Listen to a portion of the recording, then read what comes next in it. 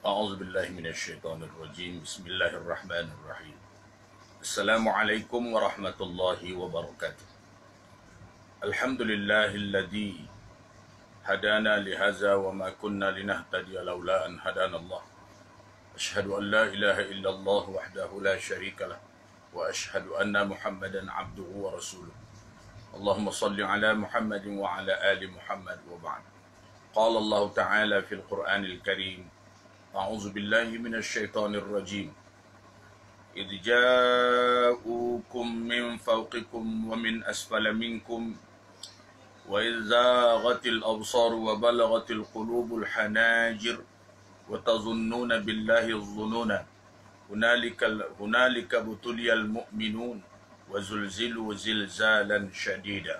Al-Ahzab ayat 10 dan 11. Hadirin hadirat musyahidin musyahidat rahimakumullah. Alhamdulillah, kesekian kalinya dan selama-lamanya kita memuja dan memuji Allah Subhanahu wa taala dengan segala keikhlasan karena mengenang nikmat dan rahmat yang diberikannya kepada kita sekalian sampai hari ini. Kemudian mari kita sama-sama bersolawat kepada Nabi junjungan kita Nabi Muhammad sallallahu alaihi wasallam. Hadirin hadirat musyahidin musyahidat rahimakumullah. Kita lanjutkan lagi dengan membicarakan persoalan-persoalan yang berkenaan dengan orang yang beriman.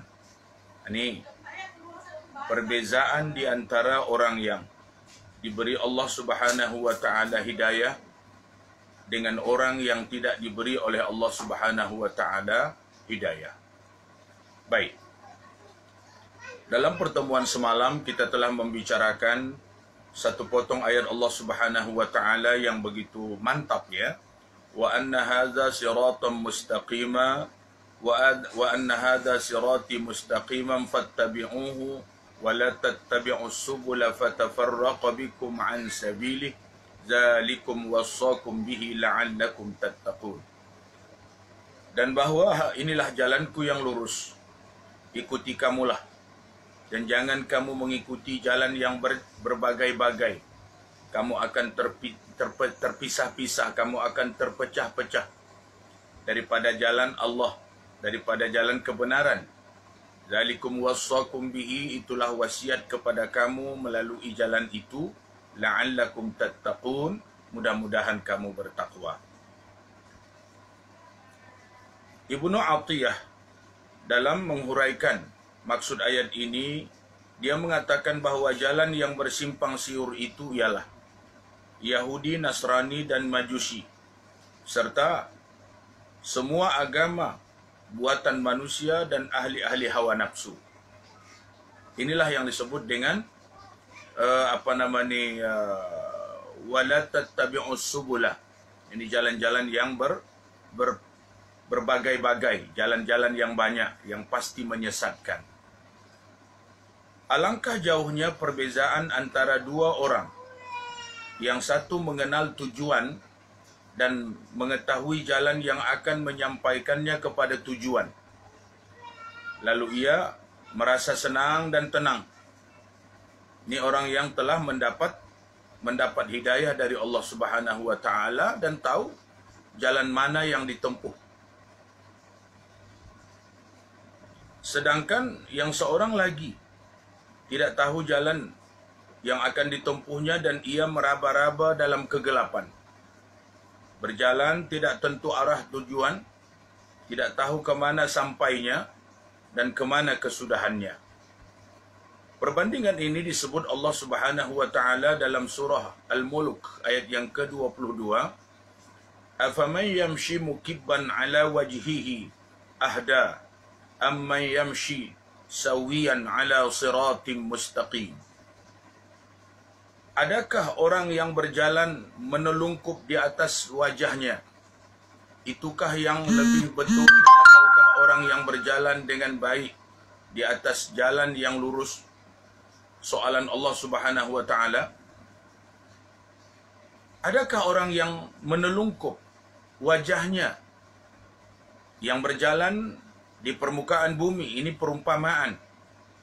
Jaranglah kita tengok, tak ada kita nampak orang berjalan wajahnya di muka bumi. Tetapi orang yang tidak mengetahui kemuliaan hidup yang diberikan oleh Allah Subhanahu wa taala, padahal pada wajah itulah terdapat seri. Di wajah itulah sepatutnya nampak gambaran kebenaran. Tetapi justru wajah itu ditelungkupkan, sama ada ditutup karena rasa malu yang mendalam karena melakukan kesalahan, sehingga tidak dapat melihat orang lain. Ataupun ia sendiri yang menjatuhkan air mukanya. Seakan-akan muka itulah yang dicecahkan ke tanah, ditelungkupkan. Orang seperti inikah yang lebih baik berbanding dengan orang yang berjalan sawiyan ala siratim mustaqim, yaitu berjalan tegak lurus dan mengetahui arah tujuan perjalanannya? Sudah tentulah kedua insan ini tidak sama. Bagi orang yang beriman, dalam perjalanan mencapai tujuan tidak ada yang susah. Segala yang pahit menjadi manis, segenap pengorbanan terasa ringan, bahkan dihadapinya dengan perasaan tenang dan gembira. Ini orang yang beriman. Hadirin sekalian yang dikasihi dan dirahmati Allah Subhanahu wa taala, makanya orang yang beriman ini terlalu mudah untuk diajak berbincang. Tidak banyak menimbulkan persoalan. Selalu memberikan idea-idea yang bernas. Jalan keluar dari persoalan yang tengah dihadapi, sama ada seseorang ataupun masyarakat. Ini orang beriman sebab pembawaannya tenang. Orang yang tenang sahaja yang dapat berpikir dengan baik. Adapun orang yang kelam kabut, dia tidak mampu berpikir dengan baik. Sebab itulah, maka kalau ia diberi nikmat cepat menggelabah, bangga, bahkan berubah sikap menjadi orang sombong. Kalau diberikan ujian-ujian oleh Allah Subhanahu wa taala, dia begitu terpukul, tidak menolak kemungkinan kalau ia akan merasa kecewa dan putus asa dan akhirnya bunuh diri. Orang tak beriman, dia tak tahu apa yang nak dibuat. Jalannya sudah gelap, langkahnya sudah terhenti, lalu kelam kabut. Saudara-saudari hadirin sekalian, peringatan supaya menggunakan akal dengan sempurna, supaya paham, sehingga agama dianuti dengan penuh keinsafan, agar selalu ingat Allah dan batasan-batasan yang telah ditentukan oleh Allah Subhanahu wa taala. Hendaklah tahu apa itu takwa, yaitu memelihara dan menjaga. Kita dah pernah bincang mengenai takwa. Takwa ini berasal daripada kalimat wiqayah, yaitu memelihara. Ya, memelihara ataupun dikatakan menjaga hubungan. Maknanya kalau takwa kepada Allah Subhanahu wa taala, menjaga hubungan itu dengan Allah dengan sebaik-baiknya. Jangan jadikan Allah murka, jangan jadikan Allah marah. Tunaikan kehendak-kehendak Allah Subhanahu wa taala dengan benar, mengikut saluran syariat, dan sembah Allah dengan ikhlas, agar ia tetap terus memberi saluran yang baik kepada kita melalui rezeki, kesehatan, kekuatan, kehidupan bahagia. Inilah yang diperlu, alaqah ataupun hubungan di antara dia dengan Allah.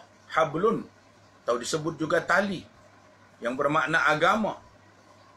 Pelihara agama, lakukan apa yang diperintah Allah dalam agama dengan baik. Itu namanya menjaga hablum minallah, hubungan tali dengan Allah Subhanahu wa taala. Ada juga hablum minan nas. Hablum minan nas ini perlu dijaga. Tolak ansur, toleransi, hubungan di antara dua belah pihak. Orang yang berteman, orang yang bersaudara, orang yang bersaudara dekat, bersaudara jauh. Hubungan perlu dijaga, kasih sayang perlu disemai. Tolak ansur perlu terus dikokohkan. Barulah lahir keharmonian. Barulah lahir perasaan-perasaan kasih. Jika tidak, hubungan itu akan terputus dan perasaan akan merasa saling jauh menjauhi antara satu dengan lain. Sehingga tidak ada lagi keenakan, sehingga tidak ada lagi keseronokan. Yang ada hanya kebosanan, yang ada hanya kebencian. Lalu timbullah fitnah. Ya. Inilah persoalan-persoalan yang perlu ditangani. Akhirnya permusuhan itu ya menjadi besar. Jurang di antara hubungan semakin jauh. Begitulah sampai mati. Inilah hubungan yang amat dimurkai oleh Allah Subhanahu wa taala. Jadi hablum minan nasnya tidak baik. Orang yang beriman tiada merasa takut dan cemas. Tidak menaruh gentar dan ngeri dalam menghadapi sesuatu demi untuk mencapai cita-cita, tujuan dan memperoleh keridhaan Allah Subhanahu wa taala. Saudara-saudari hadirin sekalian,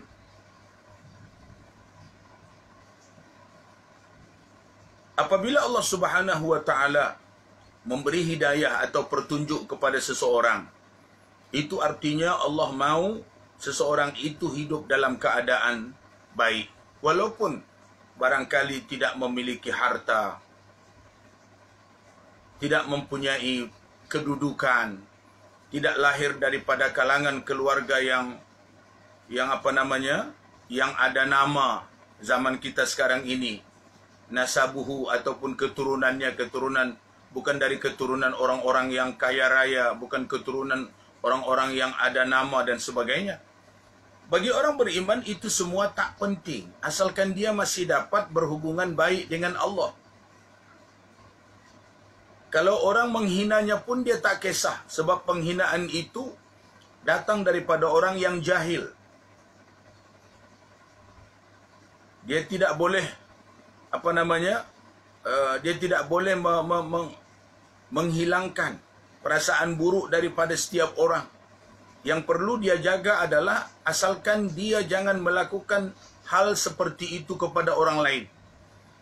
Ya, demikianlah kehidupan baginda Rasulullah sallallahu alaihi wasallam yang tak pernah menghina orang, tetapi dia tetap dihina oleh ramai orang. Orang-orang yang tak bertuhan, orang-orang yang bernafsu besar, orang-orang yang musyrik. Tapi Nabi tak kisah, sebab orang-orang yang menghina dia itu adalah orang yang telah dihinakan oleh Allah Subhanahu wa taala. Ia tak perlu membalas kehinaan dengan kehinaan, cukup ia mendoakan mereka supaya diberi Allah hidayah, atau sebaliknya Allah akan menghina mereka sehingga sampai ke akhir usia mereka mati dalam keadaan kafir, dalam keadaan durhaka kepada Allah. Nabi tidak menghina mereka, tapi mereka lah yang telah meletakkan kehinaan itu kepada diri mereka. Ini pribadi Nabi sallallahu alaihi wasallam. Hadirin sekalian wal hadirat yang dikasihi dan dirahmati Allah, kita sadar bahwasanya dalam sepanjang kehidupan kita tidak selamanya kita mendapati kesenangan. Kadang-kadang kita bertemu dengan kesusahan, hambatan, persoalan, pergolakan. Itu biasa. Karena Allah Subhanahu wa taala telah menentukan kita. Setiap kita Allah Subhanahu wa taala telah tentukan. Ya, dalam sepotong ayat disebut wa may yatawakkal 'ala Allah fahuwa hasbuh. Innallaha balighu amrihi qad ja'ala Allahu likulli syai'in qadra. Siapa yang bertawakal kepada Allah Subhanahu wa taala, fahuwa hasbuh. Allah Subhanahu wa taala yang akan menjadi penjamin, penaung, penyelia, bertanggung jawab, mengarahkan keseluruhan kehidupannya kepada kebaikan. Innallaha balighu amrihi, Allah lah yang telah menyampaikan, sedang menyampaikan segala persoalan urusan kehidupannya. Qad ja'alallahu likulli syai'in qadra, karena sesungguhnya Allah telah menjadikan tiap-tiap sesuatu itu mengikut ketentuan Allah Subhanahu wa taala. So apapun persoalan kita, apapun keadaan kita, itu ketentuan Allah. Kita tidak boleh mengeluh berpanjangan, kita tidak boleh menyalahkan siapa-siapa. Ya, ketentuan Allah. Kita jalani saja ketentuan itu dengan penuh ketabahan, penuh kesabaran. Ini yang diperintahkan oleh Allah Subhanahu wa taala. Dengan demikian hati kita pun jadi tenteram, perasaan kita menjadi aman, dan kita tidak dapat dosa, Allah pun suka. Lihat betapa banyaknya keuntungan yang diperolehi oleh orang-orang yang menyandarkan hidupnya kepada Allah Subhanahu wa taala. Saudara-saudari hadirin wal hadirat rahimakumullah. Kemudian kalau kita nak cuba ambil iktibar, ya, peristiwa perang Ahzab misalnya cukup memberikan gambaran keberanian, keteguhan hati dan kehebatan orang yang beriman dalam menghadapi musuh dan menghadang maut. Seperti yang disebutkan Allah dalam surah Al-Ahzab ayat yang ke-10 dan 11 yang kita telah bacakan tadi. إِذْ جَاءُوكُمْ مِنْ فَوْقِكُمْ وَمِنْ أَسْفَلَ مِنْكُمْ وَإِذْ زَاغَتِ الْأَبْصَارُ وَبَلَغَتِ الْقُلُوبُ الْحَنَاجِرَ وَتَظُنُّونَ بِاللَّهِ الظُّنُونَا هُنَالِكَ ابْتُلِيَ الْمُؤْمِنُونَ وَزُلْزِلُوا زِلْزَالًا شَدِيدًا. Ketika mereka musuh-musuh agama datang kepada kamu daripada atas, daripada bawah, ketika pemandangan telah mula suram dan hati mula telah bergoncang sampai kepada kerongkongan, dan ketika itu kamu bersangka buruk kepada Allah Subhanahu wa taala dengan sangkaan yang salah. Dikala itu orang-orang yang beriman mendapat ujian dan perasaan mereka digoncangkan dengan goncangan yang hebat.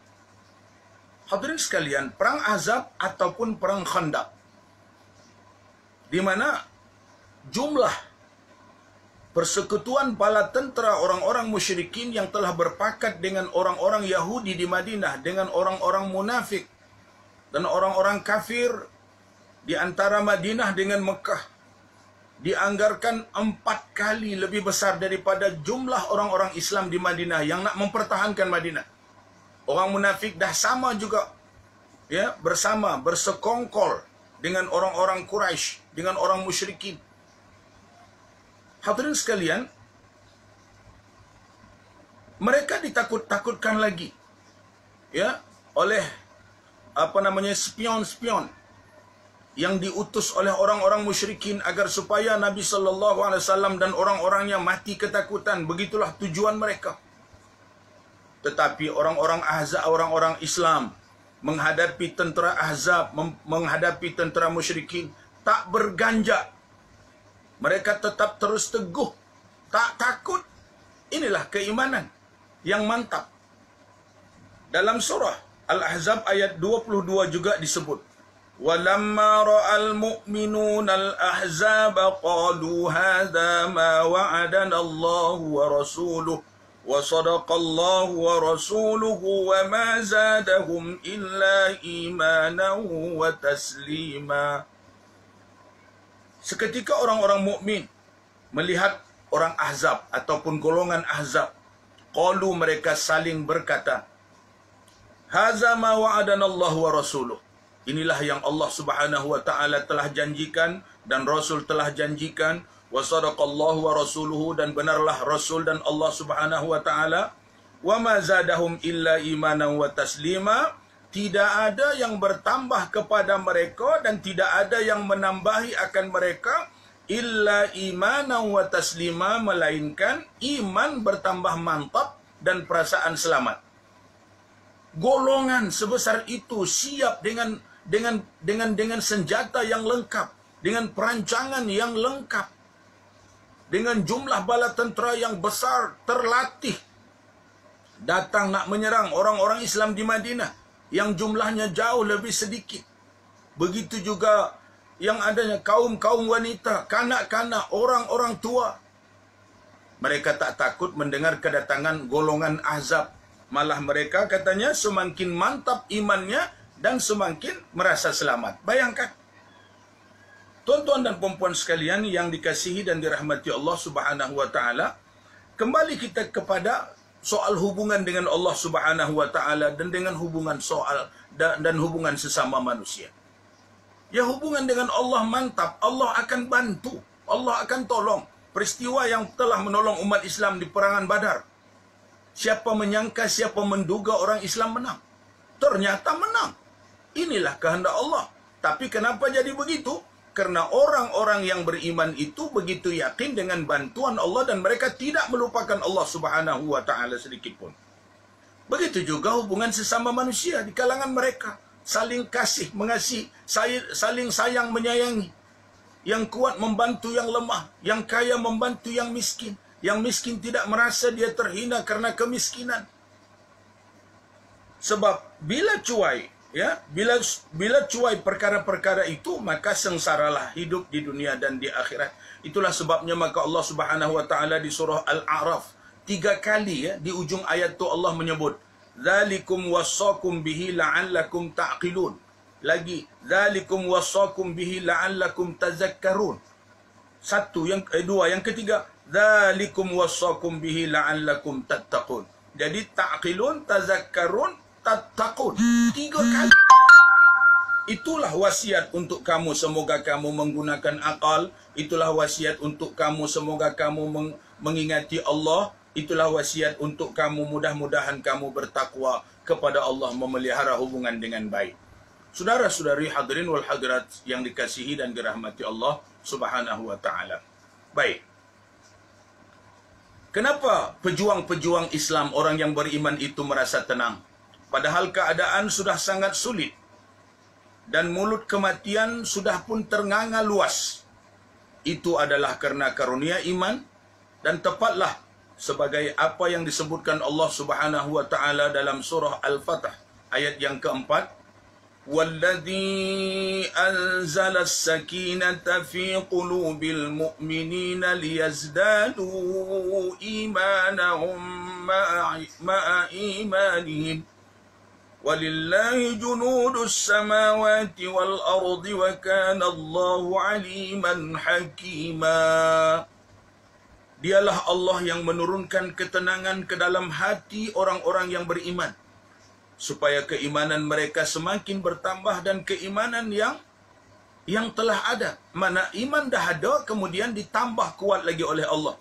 Kepunyaan Allah, tentera yang ada di langit dan di bumi, dan Allah itu maha tahu lagi maha bijaksana.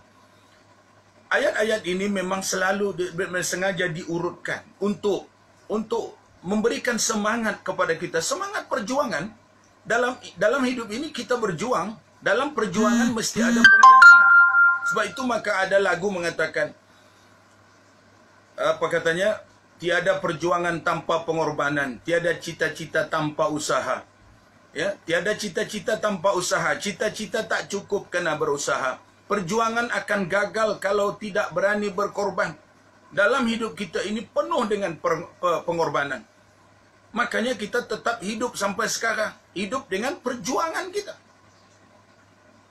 Kita tetap bersemangat sekarang walaupun kita sakit, walaupun kita tak sehat, walaupun kita rugi dalam perniagaan, walaupun kita kadang-kadang gagal dalam usaha, tak masalah. Semalam kita ada sebut bahawa Thomas Edison juga disebut orang gagal kerana beratus kali mencoba untuk mewujudkan arus listrik gitu ya, arus listrik. Ternyata dia mengatakan, saya belum gagal walaupun dah beratus kali tak jadi. Katanya, selama saya masih lagi ingin mencoba, saya tidak disebut gagal, kecuali saya sudah fed up. Saya sudah tidak lagi mau mencoba, saya sudah give up. Orang putih kata give up ataupun fed up dan sebagainya. Di ketika itulah baru saya disebut gagal. Kalau saya masih mencoba walau beribu kali, saya belum disebut gagal sebab saya belum lagi putus asa. Tengok, orang yang bukan beriman kepada Allah, orang yang tidak ada akidah. So bagaimana orang yang ada akidah? Bagaimana orang yang ada iman? Tentulah kita lebih mantap, tentulah kita lebih kuat. Saudara-saudari hadirin hadirat sekalian yang dikasihi dan dirahmati Allah Subhanahu wa taala.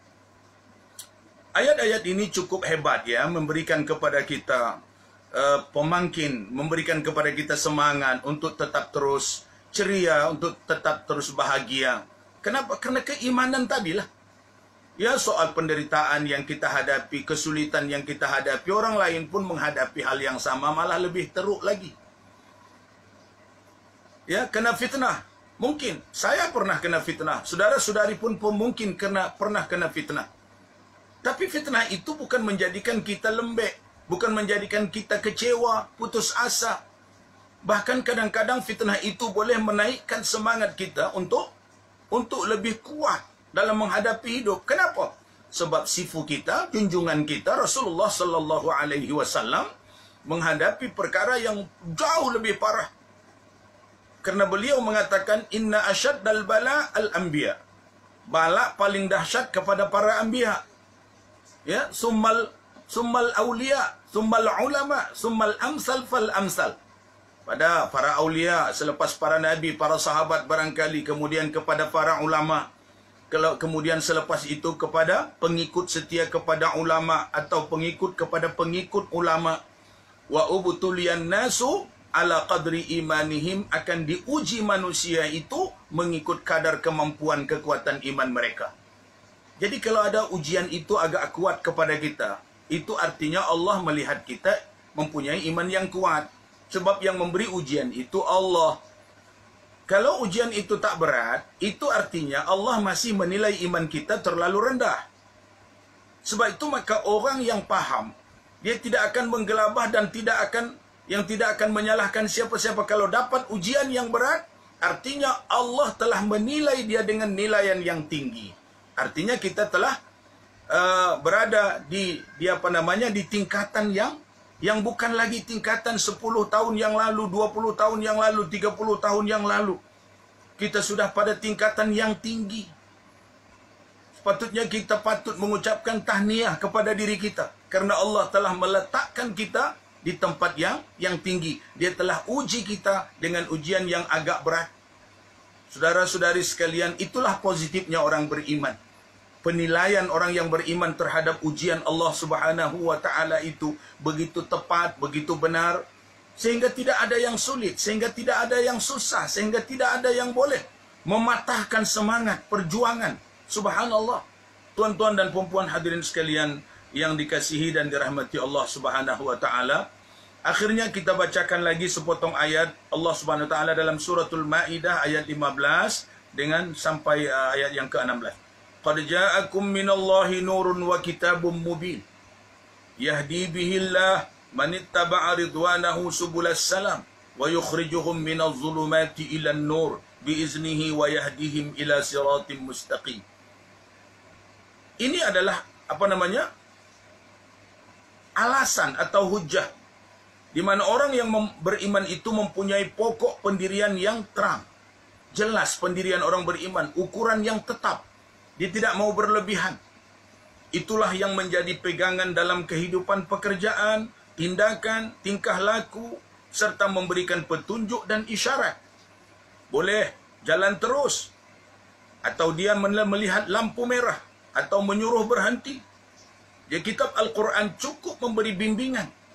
Dan Rasul selaku penunjuk jalan, menyebutkan ayat yang kita telah bacakan tadi. Tetapi kita mesti ada sedikit, banyaklah kalau boleh ya, kepatuhan terhadap peraturan yang menyelamatkan kita. Ya, seperti di jalan lah. Kalau sudah lampu kuning, artinya akan sampai ke lampu merah. Bersiap-siap untuk berhenti. Bukan bersiap-siap untuk tekan minyak, untuk memecut. Itu yang mendatangkan bahaya. Bersedia untuk berhenti kalau sudah lampu kuning. Kalau sudah lampu merah, dah ada nombor 3, 2, 1 untuk hijau, bersedia untuk bergerak. Itulah peraturan yang perlu kita patuhi. Dan ingat, sabuk pengaman jangan tak dipakai. Kalau di Malaysia disebut dengan tali pinggang keledar, jangan tak dipakai. Lepas tu pula lihat ke hadapan dengan fokus yang tinggi, supaya tidak berlaku apa-apa yang tidak diingini. Itu contoh. Hadirin sekalian, telah datang kepada kamu dari Allah nurun, yaitu cahaya, wa kitabum mubin. Nurun itu yakni Nabi Muhammad sallallahu alaihi wasallam. Kitabum mubin yakni Al-Quran atau wahyu. Yahdi bihillah, yang memberikan hidayah dengannya Allah Subhanahu wa taala. Manittaba'a ridwana, siapa-siapa yang mengikut keridhaan Allah Subhanahu wa taala. Subulas salam, mengikuti jalan keselamatan. Wa yukhrijuhum minadh-dhulumati ilan nur, yang mengeluarkan mereka dari kegelapan kepada cahaya, biiznihi, dengan izinnya Allah. Wa yahdihim ila siratim mustaqim, dan memberikan hidayah kepada mereka kepada jalan yang lurus. Inilah yang Allah Subhanahu wa taala gambarkan, yang Allah Subhanahu wa taala tunjukkan. Dengan demikian maka orang yang beriman itu sentiasa berada dalam cahaya, dalam terang, tidak dalam gelap. Sebab kalau dalam gelap banyak kemungkinan persoalan akan datang. Sementara kalau dalam di bawah cahaya yang terang, insya-Allah semangat kita akan datang. Kemudian kita tidak ada kebimbangan. Itulah umpama. Jadi Nabi diibaratkan sebagai cahaya, nur, kemudian kitabun mubin, yaitu wahyu yang dibawa oleh Nabi sendiri sebagai hujjah, sebagai dalil, sebagai argumen untuk manusia yang menerima dakwah Nabi, ajakan Nabi, seruan Nabi ke dalam Islam. Jadi penuh dengan hikmah. Itulah dia agama yang dibawa oleh Nabi Muhammad sallallahu alaihi wasallam. Tuan-tuan, puan-puan, hadirin hadirat, musyahidin musyahidat yang dikasihi dan dirahmati Allah, kita berhenti di sini. InsyaAllah esok kita jumpa lagi. Kita sambung lagi untuk membicarakan persoalan orang yang beriman kepada Allah. Betapa banyaknya kebaikan-kebaikan yang akan ditemui apabila kita benar-benar bertindak mengikut acuan dan kehendak Allah Subhanahu wa taala. Azan maghrib sudah berkumandang, kita berhenti di sini. Saya tinggalkan tuan-tuan dan puan-puan sekalian, bertemu lagi esok dengan izin Allah. Aqulu qawli hadza wa astaghfirullahal azim li wa lakum.